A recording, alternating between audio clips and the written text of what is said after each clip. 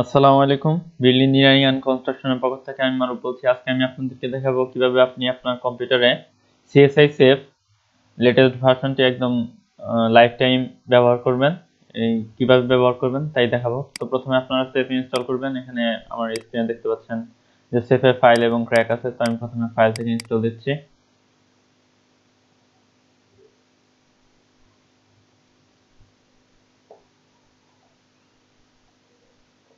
তো এখানে যদি .NET ফ্রেমওয়ার্ক 2 লাগে তো ডাউনলোড হবে নেট থাকলে।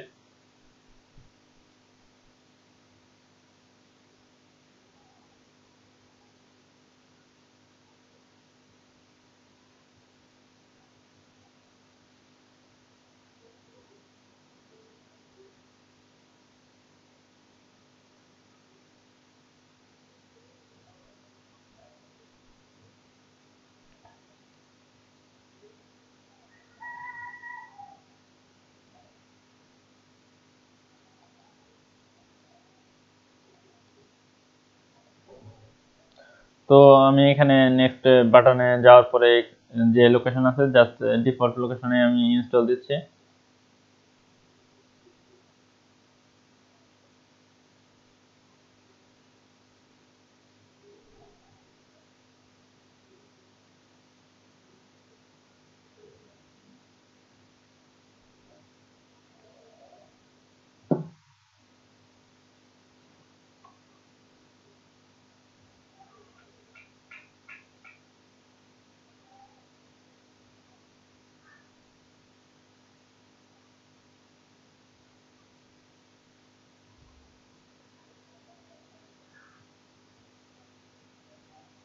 তো এখানে দেখতে পাচ্ছেন লাইসেন্স অ্যাক্টিভেশনের একটি হচ্ছে ডায়লগ বক্স আসছে। তো আপনারা এখান থেকে নো দিবেন।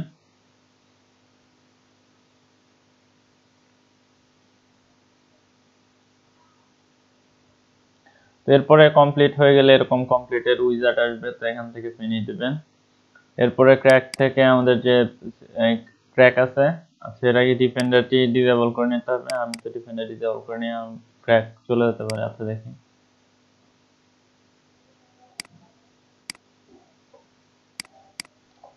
তো এরপরে আপনারা ক্র্যাকটা যে লোকেশনে আছে আপনার সিএসআই সেভ ইনস্টল হয়েছে, সেভ সাধারণত ইনস্টল হয় ডিফল্ট যে লোকেশন হচ্ছে প্রোগ্রাম ফাইল 36। এটা হচ্ছে 32 বিটের সফটওয়্যার। তো এখান থেকে আপনারা সেম কম্পিউটার স্ট্রাকচারে যাবেন, সেভে যাবেন, যাওয়ার পরে এই লোকেশনে ক্র্যাকটি পেস্ট করে দিবেন এবং ক্র্যাকটিকে হচ্ছে অ্যাডমিনিস্ট্রেটরে রান করবেন। রান করলে আমাদের সেই সিএসআই এর যেই ক্র্যাক জেনারেট হয় লাইসেন্স ফাইল LSEVRC, সেই ফাইলটি ক্রিয়েট হয়ে গেছে LSEVRC। তো এই ফাইলটি কপি করবেন। কপি করার পরে সিএসআই লাইসেন্সিং ফোল্ডারে গিয়ে আবার পেস্ট করে দিবেন। পেস্ট করার পরে এখন আপনাদের মূল কাজ। তো আমাদের সিএসআই সেভ যেহেতু হচ্ছে 32 বিট সফটওয়্যার, সেই জন্য আমাদের হচ্ছে 32 বিটের রানের ডেট লাগবে। তো আমার অলরেডি রানের ডেট 32 বিটের আছে। আমি 32 বিটের রানের ডেট রান করতেছি।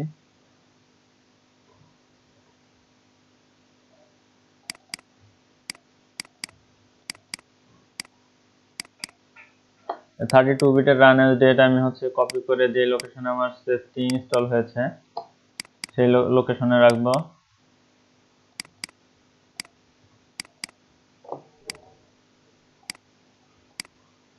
এবং রানের ডেটটিকে অ্যাডমিনিস্ট্রেটরে রান করব এবং আগের যে সেভটি আমার স্ক্রিনে আছে সেই সেভের শর্টকাটটি ডিলিট করে দেব।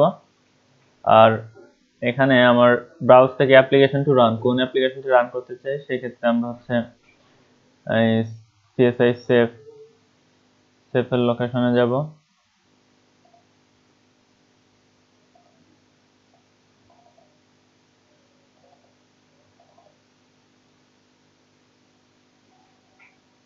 তো এখান থেকে সেভে ক্লিক করে ওপেন করব। এরপরে আমাদের টাইমটা দেব হচ্ছে 10/1/2017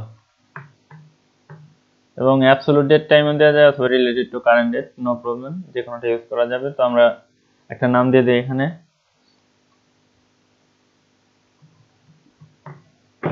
এরপরে আমাদের ডেস্কটপে একটা শর্টকাট ক্লিক করে দিয়ে আমাদের শর্টকাট চলে আসলো।